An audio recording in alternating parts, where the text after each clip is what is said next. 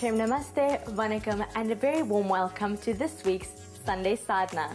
Today we have an interesting lineup, starting off with a visit to the now well-known Hanuman Murti at the Shri Vishnu Mandir in Arena Park, Chatsworth, and later we catch up with renowned musician Kevin Akaloo at his brand new CD launch at the Durban City Hall. It is said, for every temple of Lord Vishnu, Lord Hanuman will always be present. The Shri Vishnu Temple in Chatsworth is home to the largest Hanuman Murti in southern Africa, and members of the Mandir are passionate about disseminating messages of Hinduism to the community. Sunday Sadhana recently paid them a visit to find out more about the activities hosted by the temple. The temple was established in 1967. 43 years later, we have now established the largest Hanuman Murti in Africa. Our vision was to provide something to remember the forefathers. But what Babaji has done, what Hanumanji has done, has taken this to a different level.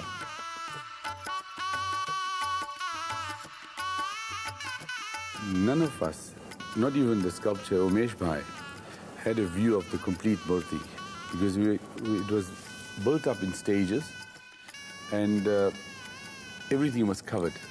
So every one of us saw the full Murti unveiled for the first time on that day. The actual unveiling was a moment that we all waited for, and we were very, very excited to unveil the Murti. It was so emotional because everyone waited for that moment, but there was tears in everyone's eyes. We knelt down, we prostrated in front of him. And what we always say, that it is not the Shri Vishnu Temple Society that put Hanumanji on our premises. It was Hanumanji that wanted to be here, that made it happen. We're just the tools to make that happen.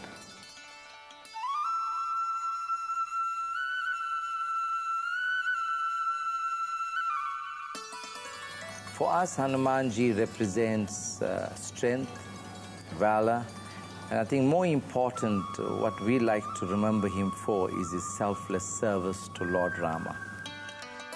Selfless service, whether it's to your fellow being, to Almighty, I think is the essence of Hinduism. Hanumanji's virtues are very, very important to us as well. And, being very, very humble, he does his work with a lot of love and devotion. And if we can imbibe some of his qualities in our own lives to make a change in our lives, then I think we will achieve something in revering Hanumanji. And whatever he had done, you call that nishkam karma. It is that he did seva without any gains from it. He did it with love and devotion from within his heart. We've seen that people have come here, and I noticed they go to the Hanumanji's Murti and pray in their own minds, but then I see tears rolling down the eyes. The moment of consecration of what is said to be the largest Hanuman Murti in southern Africa will always be remembered by the thousands of devotees and onlookers present at the unveiling. The actual Murti, which towers above Chatsworth in Durban, has become an icon, beckoning believers through a mighty presence to practice the values of courage, sacrifice, and selfless service. And if we can take that in our lives and serve the Lord just even 1% or fraction of a percent, I think we'll be in the right direction. People have spoken, and we are devoted and we are with you. Now that gives us, a small committee of devoted people, strength to continue and serve the public. In a small way, we consider it a place of pilgrimage where people can come and pray with love and devotion by serving the people, by serving the devotees. That is our greatest pleasure as well in the Sri Samaj.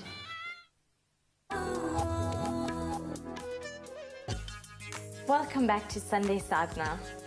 Sri Satya Sai Baba is revered by millions of people in over 160 countries, and since his recent Mahasamadhi, devotees around the world have been in mourning. Renowned local musician and staunch Sai Baba devotee, Kevin Akaloo, recently paid tribute to his Sadguru in a bhajan rendition at his CD launch in aid of charity at the Durban City Hall.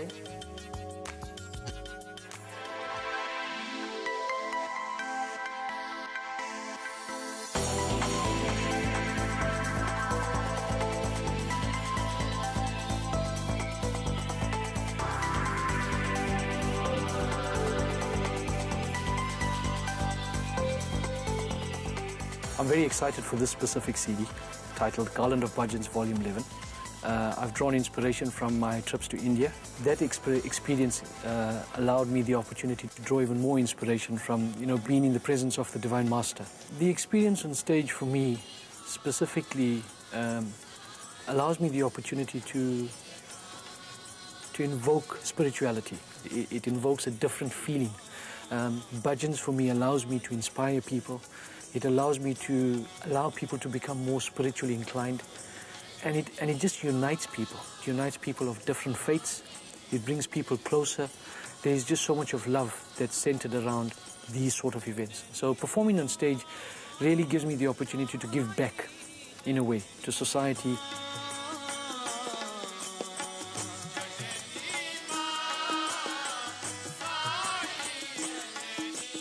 There's just something about bhajans that allows you to connect in a different way.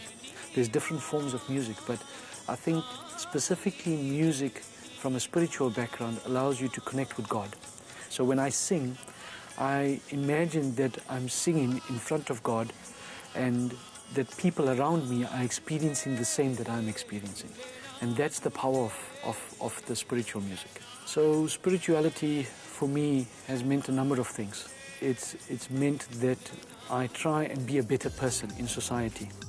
Swami's teachings are always about the simple things, not complicating life. So doing good, being good, and seeing good is a good example. Service to others is service to God.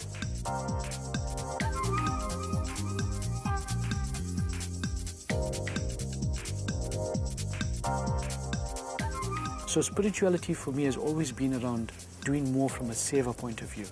I try to maintain that balance still in terms of work and worship.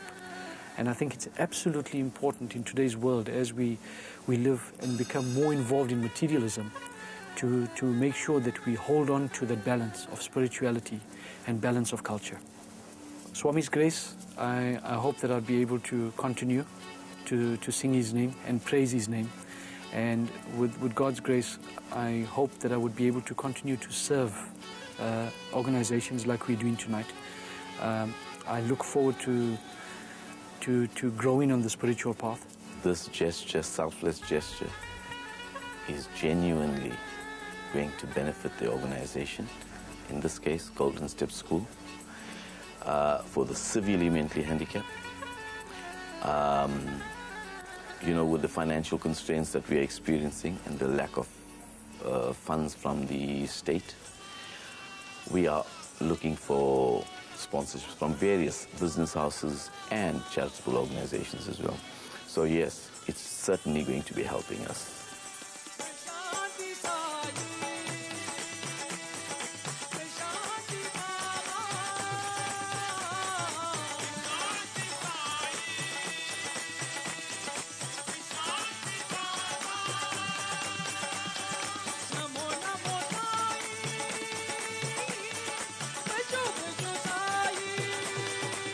To me, it's very important to develop the youth in our society, to help them move away from drugs, to help them to become better individuals, to help them to become self-sustaining, but also to realize God. But now's the time to actually put his teachings into practice. Now is the time to actually, project the message of love and unity of faiths and seva to humanity. Now's the time for us to say that we have to do what our Divine Master has been telling us to do all this time. And in fact, if we haven't been doing it well, to do it even better.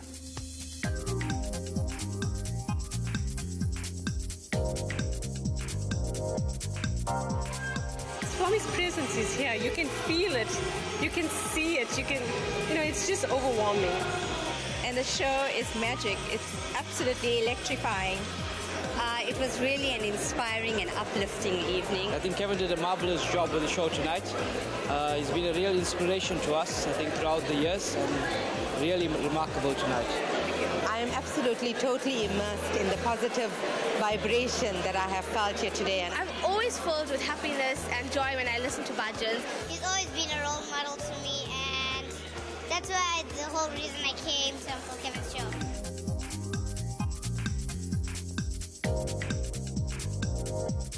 Thank you for joining us on our journey through Hinduism.